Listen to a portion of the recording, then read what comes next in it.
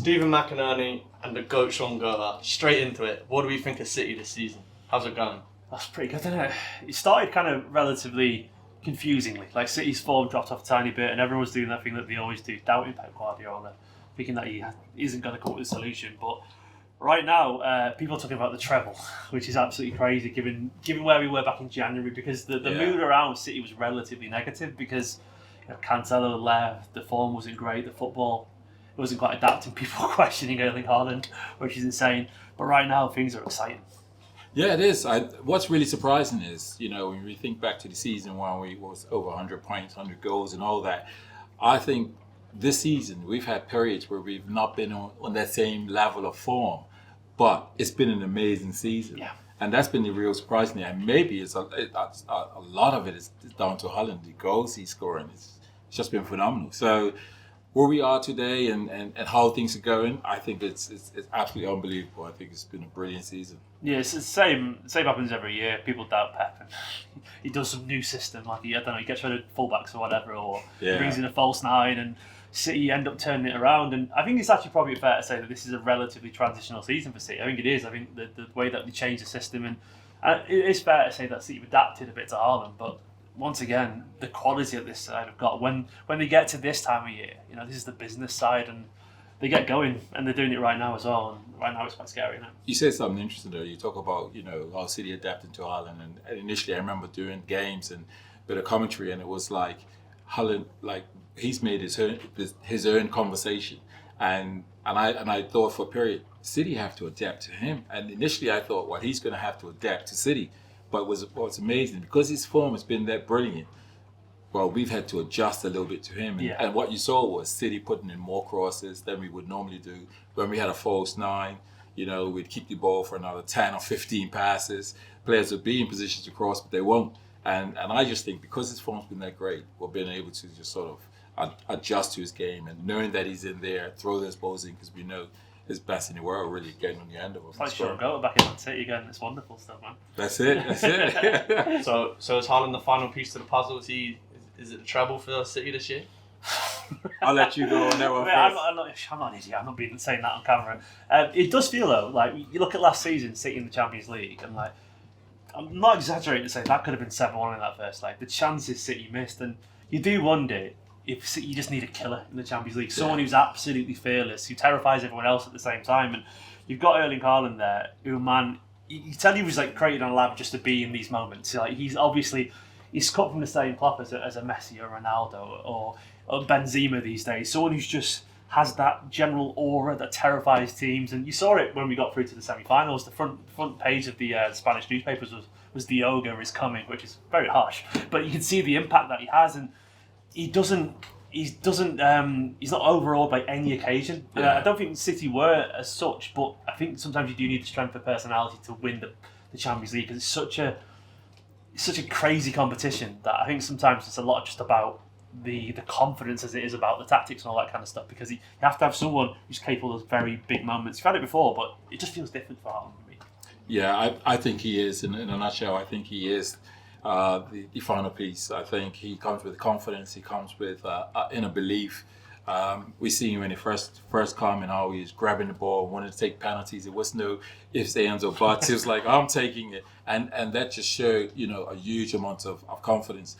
I think he's that sort of player that he's that player that wants to be in the final third. He's not really interested in getting involved in going short and normally with Pep's teams, the centre forwards, this is what he would normally ask. But because he's so deadly in the box, I think Pep has actually accepted that, you know what, I don't need him to come down and get involved in that midfield stuff. Actually, you just stay up there, because when we do get that ball into you, we know that he's the best in the world at being able to get on the end of it. So he's an absolute. I think he's the final piece. I love that about Haaland. I think he's very aware of his own limitations to an extent. You see so many forwards these days, and they want the football to be built around them, like Mbappe, Neymar, and all these kind of people. You can tell that they want the ball at all times. Where I think Haaland's like, I don't want the ball at all times. I just want it there. To score goals. And I think there's something brilliant about that. He doesn't try to be the guy who's he's doing everything. And I think he's so aware that he just wants to fit into the team, and to be that good, that incredible, that special, but still to want to be a cog in the machine, I think says a lot about his personality.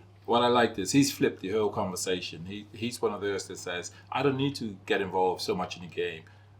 I think he was quoted as saying he wanted to have 5 touches in a game and score 5 goals. And I just probably done that already. I just thought that's amazing because when I played, you wanted to play well. But I, as a striker, wanted to play well, get involved in build-up and all that. But I love the fact that he said, you know what? I'm not bothered about all that. Let's just, I'm interested in scoring goals. You get me 5 chances. If I touch the ball 5 times and score. And I just thought, you know what? That is absolutely amazing. And you know what? With the way he's playing, I could see him achieving that within his time at City because he's an absolute phenomenal striker. Shaun, if you were in this City team, do you get as many as Haaland? Do you get near? Do you get near? Do you get near? Do I get near? Listen, there's nothing but goals in that team. I wouldn't say I would score as many as him, but I would definitely score goals because he does. He reminds me, and I'm a humble person. He reminds me a lot of his goals of how I scored inside the box. I'm anticipating where that ball's going to go. And the amazing thing about City, just like you have a set piece and players know where they need to be and what runs they need to make, City have patterns of plays where players know what they need to do and a certain players on the ball. So that means you're a half a second ahead of the opposition.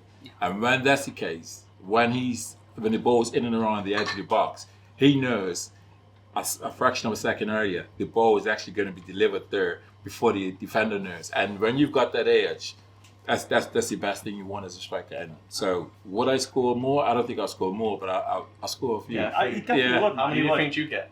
Me? Yeah. You as of right now, yeah.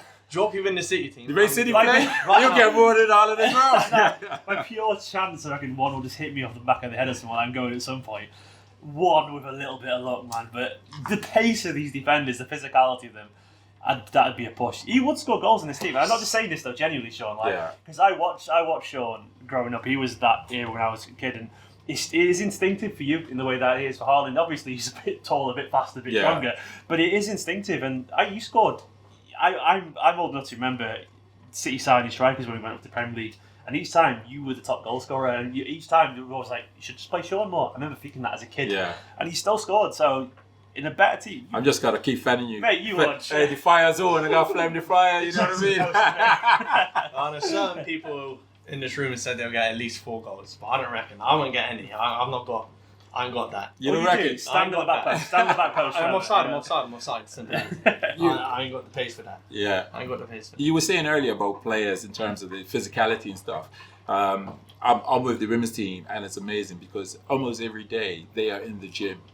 And in my time of playing, you was in the gym like twice a week. And also, because of the knowledge and information then you'll get too bulky, you'll slow you down. Obviously, there's new methods now, which is actually it's a benefit. So the women are actually in the gym, 3-4 times a week, doing little bits in terms of improving themselves. So this is where why the players today are so explosive and so while Haaland can get his foot up there, and you look and think, well, I can't get my hand up there. How does he do it? And again, it's because all these extra bits that they do. Yeah, I mean, the slowest Man City player would be twice as fast as that. Probably Gundogan, who looks slow compared to everyone else. He'd be well quicker than any of us in this room because it's like they are every day they have to race these elite athletes, and the quickness, the speed of their foot is just on another level. Yeah, and so the defence has got much better now, but there's a debate going around. Jamie Carragher, he was saying Van Dijk v Vidic. Who do you have rather played against, Van Dijk or Vidic? These are 2 very different players. Yeah. I think He is. Yeah, Vidic was very aggressive. He was, and when you play against a player that's aggressive, you feel if you're going to get something, it's from them stepping in, trying to win something, and that's when you can roll them, or they come aggressively thinking you're going to receive it to your feet and spinning behind. I'd like to think potentially that's where, if there was a flaw, it'd probably be that in Vidic. Van Dijk, even though he's not going through the best of times, I think one-on-one defending, he's strong, he reads, he stands up.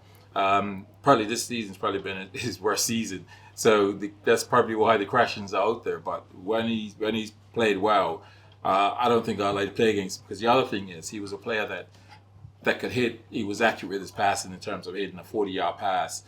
And when you got somebody that can hit the long pass, and the 10, 15-yard passes are also easy, I always felt if I'm going to win a ball off a central defender that's aggressive, perhaps I can get it when they're passing. And if the passing is good, then I'm thinking, well, where do I get my crumbs from? You know, where I get my little bits from. I would say it'll be more difficult to play against Van Dijk if they were both at the peak.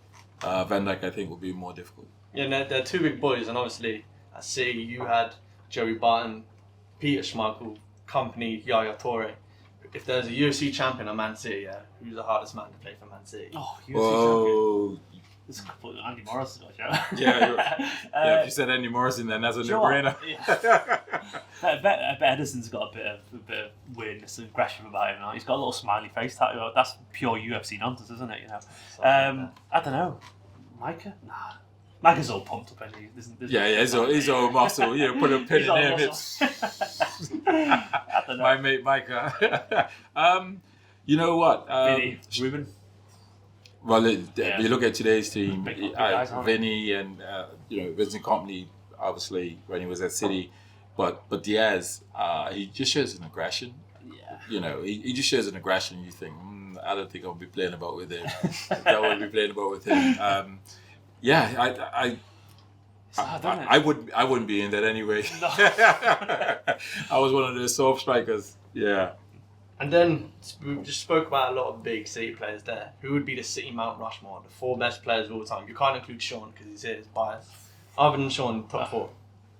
The best. Because Rooney done his for United the other day, and it'd be tough for City to beat that unless you can come up with one now. Yeah, I don't know, man. For me, I think it's rather easy. And when I say it's rather easy, I think when I look at this team that's playing in the last 2 years, 3 years under Pep, I think they do some amazing things. So for me, and I put Vincent Kompany in that. David Silva, I'm running short of options here. Hey, can we not get another hat on that mountain? We need to get another hat on that mountain. Kevin De Bruyne. Yeah. Oh my God, we got Aguero and we got Yaya. Well, listen, I'm putting 5 on the mountain. That's it. I'm putting 5. That'll be my 5. If you go for sheer quality, I think maybe in terms of football quality, I think maybe Yaya gets on there instead of Vinny. But in terms of important, I don't know. KDB is non-negotiable for me. Aguero, Silva, those 3 non-negotiable. Yeah. And the 4th one is a whole bunch of names they can maybe get on. I want to say Vinny because he was the soul of that team at the time. You know, like you do need the captain. You need the guy who is going to bang their heads together and score the goal against Leicester, and who drag you through the derbies and all that kind of stuff. So I want to say Vinny because your captain. He was synonymous with that victory, that league title win. It's okay that we have 5 on the 5 on there. Yeah, 5 is okay. Mount Manchester now. Yeah, Mount Manchester. There you go, Mount Manchester. I'll let it slide for now. Next time it's 4. But I noticed there you didn't mention anyone from back in the day. So the difference from when you start supporting City and you were playing there, and now you're working there. It's so different now, no? For one, I'm too young to remember like Bell and Summerby and all that kind of stuff. So I'm only based off what I've seen. I'm not going to sit here and pretend I saw a lot of Colin Bell. I just did. Paul Dickov now. Robbie Fowler is for a bit now.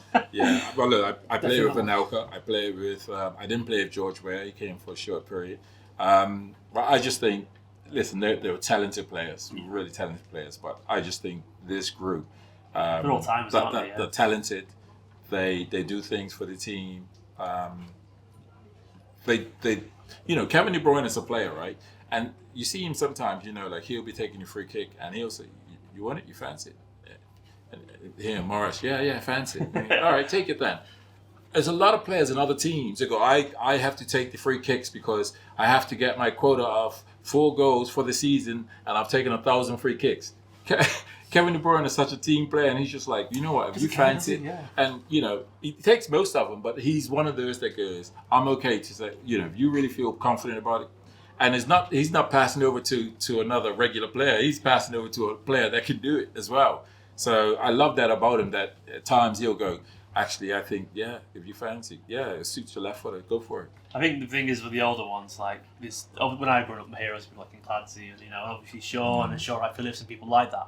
But it's great as some of these players were, I think the ones we talk about now, they're all-time greats. I think Kevin De Bruyne is one of the greatest midfielders in the history of the game, not just Manchester City. Could you ever imagine the City having one of the all-time greats back in the day. Mate, we Could had you Shaun imagine us Goater, mate. now? It was easy. No, I could answer Fair that. enough. No, I mean, yes, my era was about work rate. It was about the tactics was about second ball. You got in the final third. It was that's about get it in there. So as a striker, there weren't no information about you can come down between two defensive midfielders and create a bit of uncertainty because my midfielders are on the outside of them and make them think, hey, there's a striker on my right, but my man's on my left.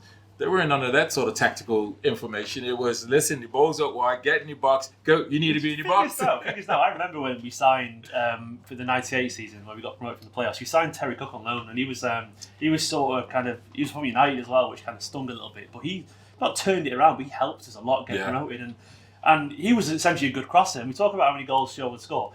There is no better crosser in world football than Kevin De Bruyne. And if Shaun scored a lot of someone like Terry Cook, with all due respect to Terry Cook, imagine how many you'd score with Kevin De Bruyne. So like the quality of the passing, it's on another level.